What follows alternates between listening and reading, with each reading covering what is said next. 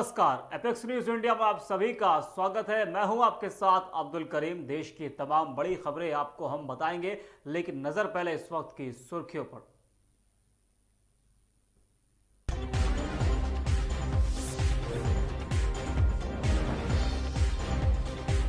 वडोदरा में एक बड़ी सांप्रदायिक साजिश नाकाम। व्हाट्सएप के जरिए चला रहे थे एक बड़ा गिरोह, 3 आरोपी गिरफ्तार।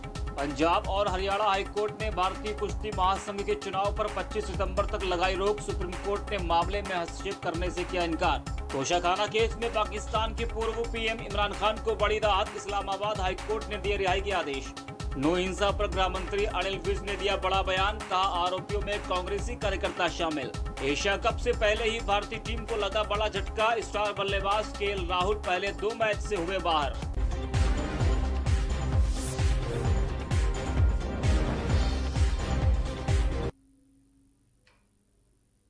खबरों की शुरुआत करते हैं। दिल्ली में अगले महीने होने जा रहे G20 सम्मेलन को लेकर इस समिट के लिए दिल्ली को अवैध किले में तब्दील कर दिया गया है। G20 शिखर सम्मेलन को लेकर दिल्ली में भव्य तैयारी हो रही है। 43 देशों के प्रतिनिधियों का दिल्ली में जमावड़ा होगा और जिसको लेकर सुरक्षा के तगड़े बंदोबस्त किए गए हैं। एनएसजी की कमांडोज ने कमर कस ली है। सीआरपीएफ के जवानों को सुरक्षा व्यवस्था का जिम्मा दिया गया है। उनको खास तौर से ट्रेनिंग दी जा रही है।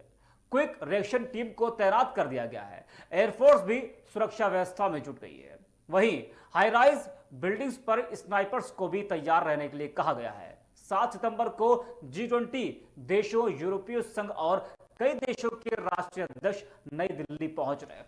सम्मेलन के मद्देनजर 8 से 10 सितंबर तक देश की राजधानी दिल्ली में तमाम पाबंदियां रहेंगी। सवाल यह है कि किन किन चीजों में रियायत दी जाएगी और क्या नोएडा, गुरुग्राम, गाजियाबाद और फरीदाबाद में भी इस तरह की पाबंदियां जारी रहेंगी। आपको बता दें कि दिल्ली के प्रगति मैदान में 9 से 10 सितंबर को G20 सम्मेलन की बैठक होनी है, जिसके मद्देनजर सुरक्षा चौकसी और चाक चौबंद कर दी गई है। इस दौरान दिल्ली में स्कूल, कॉलेज और सरकारी व गैर सरकारी दफ्तर बंद रहेंगे। डीटीसी बसों की रूट में भी बदलाव किए गए हैं। साथ ही सड़कों पर भी कई तरह के प्रतिबंध लगाए गए हैं और कुछ मेट्रो स्टेशन को भी बंद रहेंगे। जी हाँ, बता दें कि दिल्ली में जिन इलाकों में G20 समिट के कार्यक्रम होने हैं, जहां विदेशी मेहमान आएंगे, वहां आम लोगों की आवाजाही पर पाबंदी रहेगी। केवल मेडिकल इमरजेंसी और अति आवश्यक सेवा से संबंधित वाहन ही आवाजाही पर आएंगे। ऐसे में एनसीआर के इलाके में रहने वाले लोगों के जहन में भी इन नियमों को लेकर कई सवाल हैं।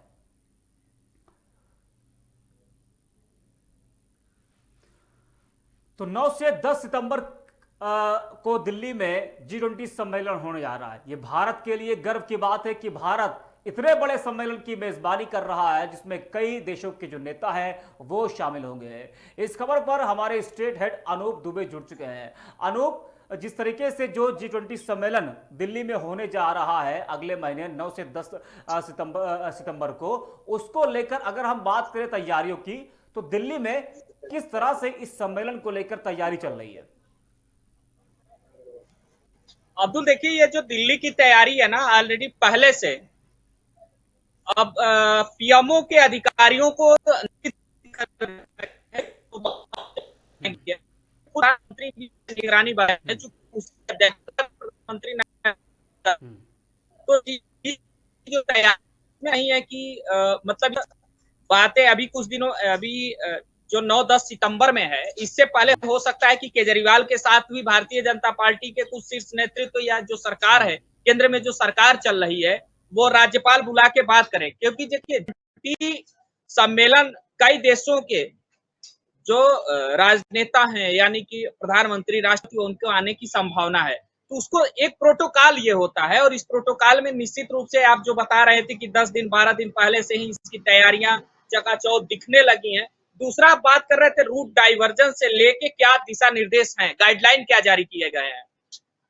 गाइडलाइन अभी जो आप गाजियाबाद, नोएडा तक की कोई गाइडलाइन अभी जानकारी में नहीं है, पर अगर दिल्ली की बात करी जाए, मार्ग से होते हुए, प्रधानमंत्री के आवास से होते हुए जो G20 कार्यक्रम का स्थल है,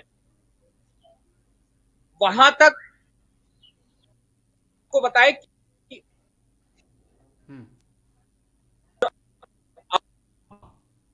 जी जी, आवाज आ रही है। तो वहां भी है कि वहां से जो भी ये पटरी पे जो व्यवसायी होते हैं, पटरी व्यवसायी इन द सेंस की जो चाय के दुकानदार हैं या छोटे मोटे व्यवसायी उठाया जाएगा वहां से। अच्छा अनूप, जो है अगर हम बात करें जिस तरीके से इतना बड़ा सम्मेलन हो रहा है और कई देशों के जो राष्ट्रीय अध्यक्ष है वो भी शामिल होंगे और भी तमाम देशों को न्योता भेजा गया है, वहाँ के लोग भी भारत आएंगे और इस सम्मेलन में शामिल होंगे।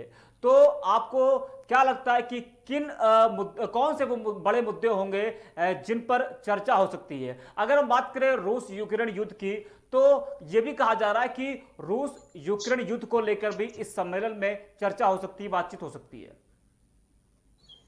बिल्कुल अब्दुल, देखिए रूस यूक्रेन का जो युद्ध है ना, इसके पहल प्रधानमंत्री नरेंद्र मोदी ने पहल भी किया था। वो निश्चित रूप से बैठ के उस पर बात की थी कि ये युद्ध बंद होना चाहिए, क्योंकि ये विश्व स्तर के लिए एक खतरा और चिंता की बात थी। खतरा तो मैं नहीं कहूंगा, मगर चिंता की बात थी। देखिए कहीं भी युद्ध, वो युद्ध किसी भी विकास कार्य को लेकर विकास के मुख्य धारा से नहीं जोड़ता है। कोई भी युद्ध हो, वो चाहे अब किसी भी देश की बात करी जाए, तो उसको लेकर प्रधानमंत्री निश्चित रूप से इस G20 में एक बार बात करना चाहेंगे और उसको एक एक पहल करने की प्रयास करेंगे नरेंद्र मोदी, मुझे जो लगता है अब्दुल। और अनूप, एक चीज और कि जो सम्मेलन हो रहा है, इस सम्मेलन से भारत की छवि पूरी दुनिया में क्या बनेगी, खासकर उन मुल्कों में उन मुल्कों के सामने भारत की छवि कैसे बनेगी जिन मुल्कों से हमारे रिश्ते ज्यादा ठीक नहीं है। खासकर अगर हम बात करें पाकिस्तान, चीन, तो इनके सामने जो है भारत की छवि कैसे बनने वाली, क्योंकि पूरी दुनिया की नजर जो है इस सम्मेलन पर भारत पर टिकी हुई है।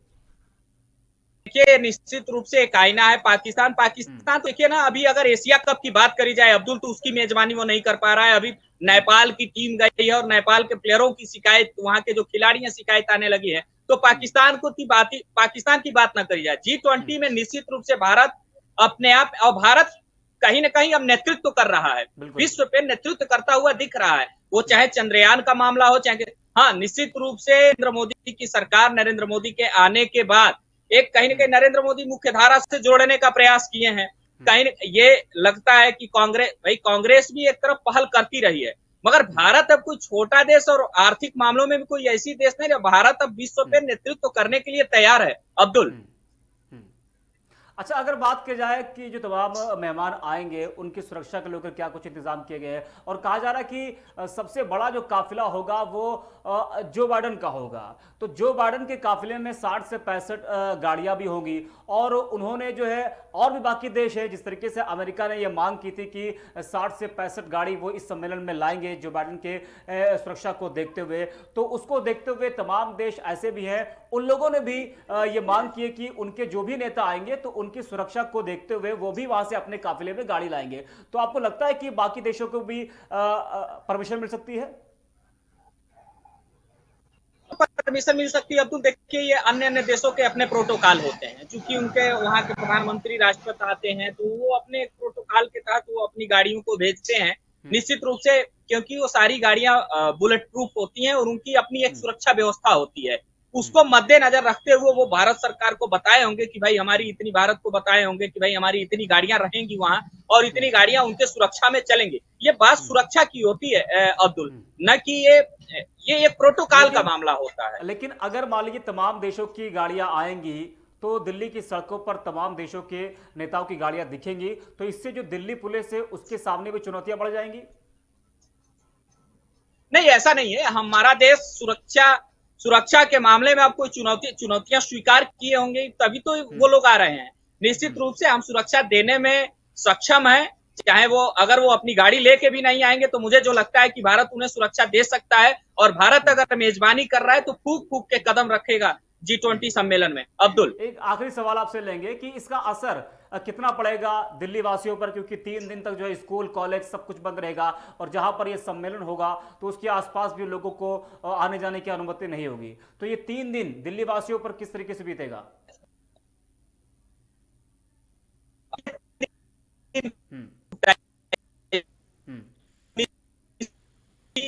कारपोरेट एरिया भी है, अगर जैसे दिल्ली का आते हैं, गाजियाबाद आते हैं, नोएडा के लोग दिल्ली जाते हैं, तो परेशान करना पड़ता है। हाँ, मगर अभी जो इस पे रूट दिया गया है, क्योंकि रूट प्लान हो सकता है 24 घंटा से 48 घंटा पहले आए और डाइवर्जन बताएं। हालांकि पीएमओ और प्रधानमंत्री कार्यालय से जो पाया है और दिल्ली की दिल्ली सरकार में जो लोग बैठे हुए उन्होंने कहा कि 24 घंटा से 48 घंटा पहले बता दिया जाएगा कहाँ का रूट कैसे डाइवर्ट किया जा रहा है। और उनका कहने का मतलब है कि वो प्रयास करेंगे कि किसी को किसी भी रूप में कोई असुविधा ना हो। 3 दिन तो के लिए दिल्ली सरकार और केंद्र सरकार लगातार प्रयास कर रही है कि जो ये सम्मेलन होने जा रहा है और 3 दिन जो दिल्ली बंद रहेगी और इस बंद की वजह से किसी को कोई परेशानी ना हो, इसको देखते हुए भी सरकार काम कर रही है। फिलहाल बहुत बहुत धन्यवाद आपका जुड़ने के लिए आपके साथ।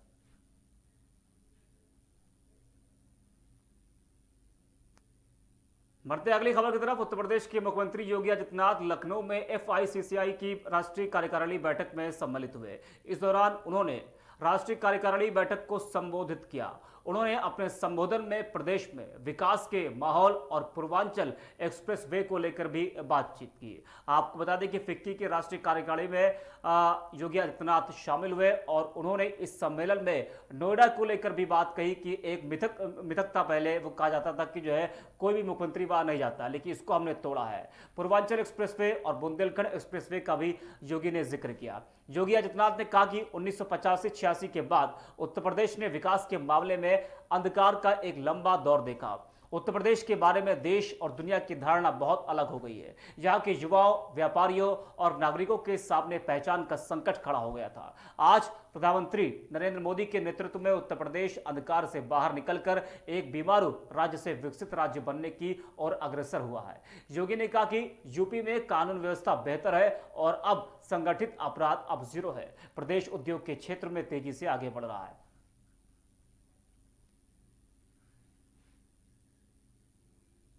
उद्धव बाल ठाकरे गठ की शिवसेना के नेता संजय राउत आए दिन किसी न किसी मुद्दे पर विवादित बयान देते रहते हैं। इसी कड़ी में संजय राउत ने एक ऐसा बयान दिया है जिससे देश का माहौल खराब हो सकता है। संजय राउत ने राम मंदिर को लेकर एक बयान दिया है। संजय राउत ने कहा कि ऐसी आशंका है कि राम मंदिर के उद्घाटन के वक्त राम भक्तों के ट्रेन पर पथराव हो सकता है, आगे के गोले फेंके जा सकते हैं। जी हाँ, आग के गोले फेंके जा सकते हैं, ऐसा कहना है संजय राउत का। पूरे प्रदेश में दंगे भड़काए जा सकते हैं। राउत ने आगे बीजेपी को निशाना बनाते हुए कहा कि लोगों के मन में डर है। जो राजनीतिक दल चुनाव जीतने के लिए सर्जिकल स्ट्राइक का ड्रामा कर सकती है। सत्यपाल मलिक ने आरोप लगाया है कि पुलवामा हुआ नहीं बल्कि करवाया गया। गोधरा के बारे में भी सभी यही कहते हैं। लोगों के मन में यह आशंका है कि 2024 का चुनाव जीतने के लिए लोगों के मन में भय पैदा करने के लिए गड़बड़ कर सकते हैं। वहीं संजय राउत ने आगे कहा कि हमें यह डर है, हमें यह आशंका है कि जो राम मंदिर का उद्घाटन होने जा रहा है अयोध्या में, उस वक्त पूरे देश से लोगों को बुलाया जाएगा, ट्रेन में भर कर लाया जाएगा। किसी ऐसे इलाके में, ऐसे विभाग में ट्रेन पर पथराव किया जा सकता है और आग के गोले भी फेंके जा सकते हैं। तो संजय राउत ने एक बड़ा बयान दिया है। उनका कहना है कि अयोध्या में राम मंदिर के उद्घाटन के दौरान जो लोग बाहर से आएंगे, ट्रेनों में भरकर आएंगे, तो उनके ऊपर हमला हो सकता है, उनकी ट्रेनों पर पथराव हो सकता है। संजय राउत का ये एक बड़ा बयान है और अपने आप में कई सवाल भी खड़े कर रहा है।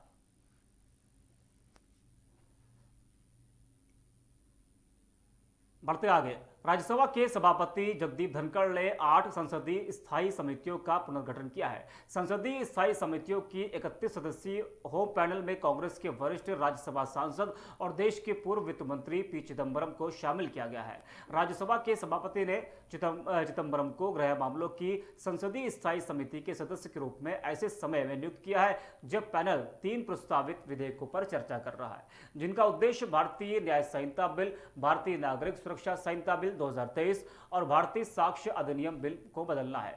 तीनों विधेयकों को केंद्रीय गृह मंत्री अमित शाह ने 11 अगस्त को संसद में पेश किया था।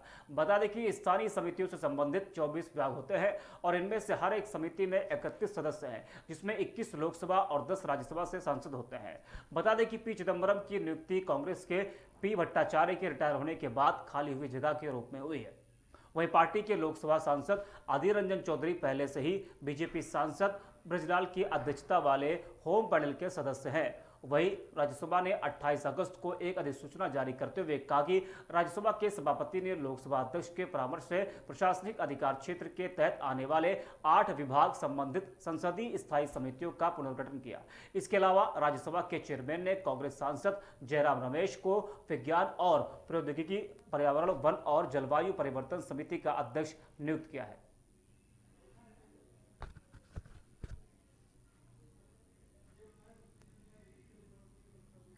जम्मू कश्मीर से आर्टिकल 370 को खत्म करने के खिलाफ दाखिल याचिकाओं पर सुप्रीम कोर्ट में आज यानी मंगलवार को 12वें दिन की सुनवाई होगी।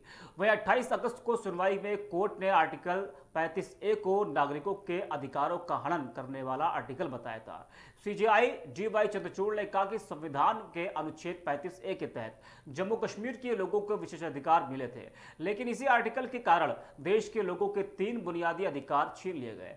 इस आर्टिकल की वजह से अन्य राज्यों के लोगों के कश्मीर में नौकरी करने, जमीन खरीदने और बसने के अधिकारों का हनन हुआ। वहीं सोमवार को केंद्र की तरफ से सॉलिसिटर जनरल तुषार मेहता ने बताया कि फरवरी 2019 को पुलवामा आतंकी हमला हुआ था, जिसमें 40 जवान शहीद हुए थे। इसी हमले के बाद केंद्र को जम्मू कश्मीर का विशेष दर्जा खत्म करने और उसे पूरी तरह भारतीय गणराज्य में मिलाने के बारे में सोचना पड़ा और उन्होंने कहा कि अब वहां केंद्र के कानून लागू हो रहे हैं, बिजनेसमैन वहां इन्वेस्ट करना चाहते हैं, टूरिज्म भी अब लगातार बढ़ रहा है। पहले वहां हाईकोर्ट के जज राज्य के संविधान की शपथ लेते थे, अब उन पर देश का संविधान लागू करने का दायित्व है।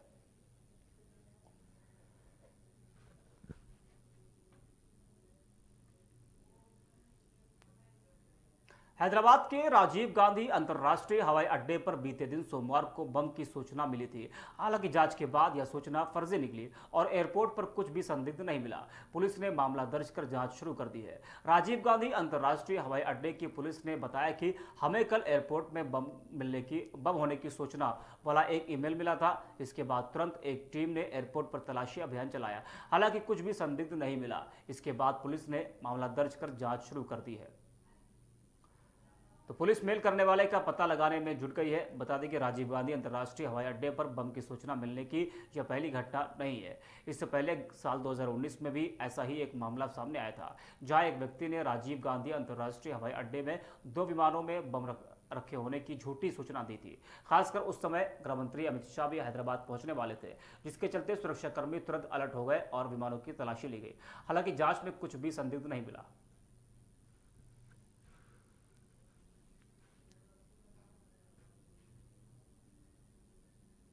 मुंबई में इंडिया गठबंधन की 31 अगस्त और 1 सितंबर को अहम बैठक होने जा रही है, लेकिन इस बैठक से ठीक पहले बिहार के मुख्यमंत्री नीतीश कुमार ने संयोजक बनने से इनकार कर दिया है। उन्होंने कहा कि उनकी इच्छा गठबंधन का संयोजक बनने की नहीं है, बल्कि वे चाहते हैं कि विपक्ष एकजुट हो और इसके लिए वो ऐसा प्रयास कर रहे हैं। हालांकि नीतीश कुमार के इस बयान के बाद जरूर जेडीयू के मुख्य प्रवक्ता केसी त्यागी की तरफ से ये कहा गया कि नीतीश इंडिया गठबंधन के संस्थापक है, इसलिए वे किसी बड़े पद के योग्य है, लेकिन हमारे लिए विपक्षी एकता बड़ी है, पद छोटे हैं। नीतीश के इस बयान के पहले अगर देखें तो 2 दिन पहले आरजेडी चीफ लालू यादव ने यह बयान दे दिया, इंडिया का एक नहीं बल्कि कई संयोजक क्षेत्रीय स्तर पर बनाए जाएंगे। हालांकि नीतीश कुमार ने इसे ये कहते हुए खारिज किया कि इस पर बातें सार्वजनिक नहीं होनी चाहिए। वह नीतीश कुमार ने संयोजक बनने की बात को सिरे से खारिज कर दिया।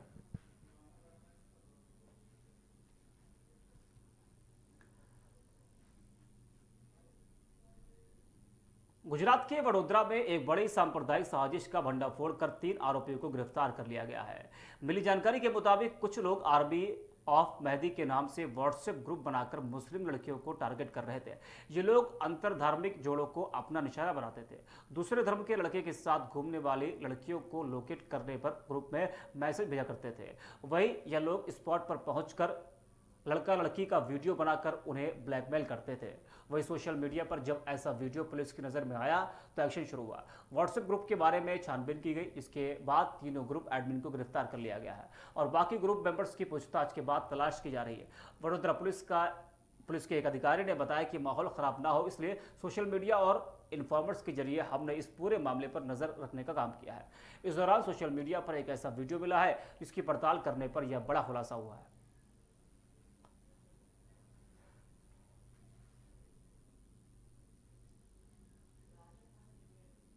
राज्य में मई से जारी हिंसा के बीच मंगलवार को मणिपुर विधानसभा का एक दिवसीय मानसून सत्र बुलाया गया था। विधानसभा की कार्रवाई शुरू होने के 1 घंटे के अंदर ही अनिश्चितकाल के लिए स्थगित कर दिया गया। दरअसल कांग्रेस विधायकों ने मानसून सत्र को 5 दिनों तक बढ़ाने की मांग को लेकर हंगामा किया।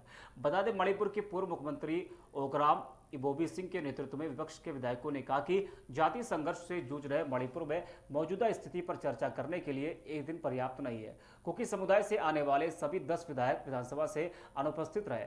वहीं सदन की कार्यवाही सुबह 11 बजे जातीय हिंसा में मारे गए लोगों के लिए 2 मिनट के मौन के साथ शुरू हुई। मुख्यमंत्री एन बीरेन सिंह ने अपने संबोधन में कहा, बड़े दुख के साथ हम हिंसा में मारे गए लोगों की मौत पर शोक व्यक्त करते हैं। ऐसे समय में उन लोगों के लिए शब्द पर्याप्त लगते हैं और जिन्होंने संघर्ष में अपने परिजनों को खो दिया। हालांकि सदन की कार्रवाई में कांग्रेस विधायकों ने अपना विरोध किया। इसके बाद ही विधानसभा अध्यक्ष ने कहा कि हंगामे के बीच सत्र जारी रखना संभव नहीं है और सदन की कार्यवाही अनिश्चितकाल के लिए स्थगित कर दी गई।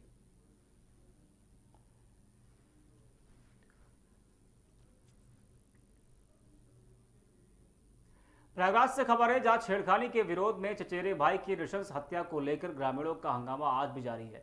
वही कार्रवाई के लिए लाठी डंडा लेकर तमाम महिलाएं खीरी थाने पहुंची। मामले को लेकर आक्रोशित भीड़ आरोपित ग्राम प्रधान मोहम्मद यूसुफ और मोहसिन सहित अन्य के घरों पर बुलडोजर चलाने की मांग की।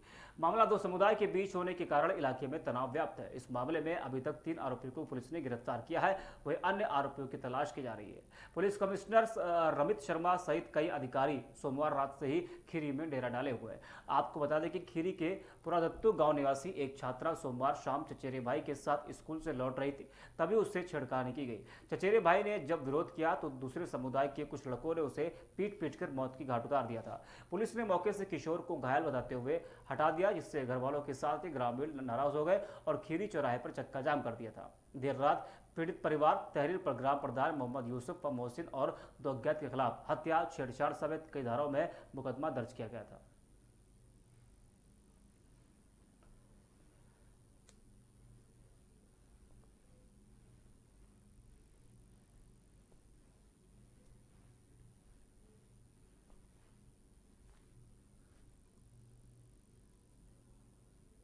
खबरों में इतना ही। आप बने रहिए एपेक्स न्यूज़ इंडिया के साथ।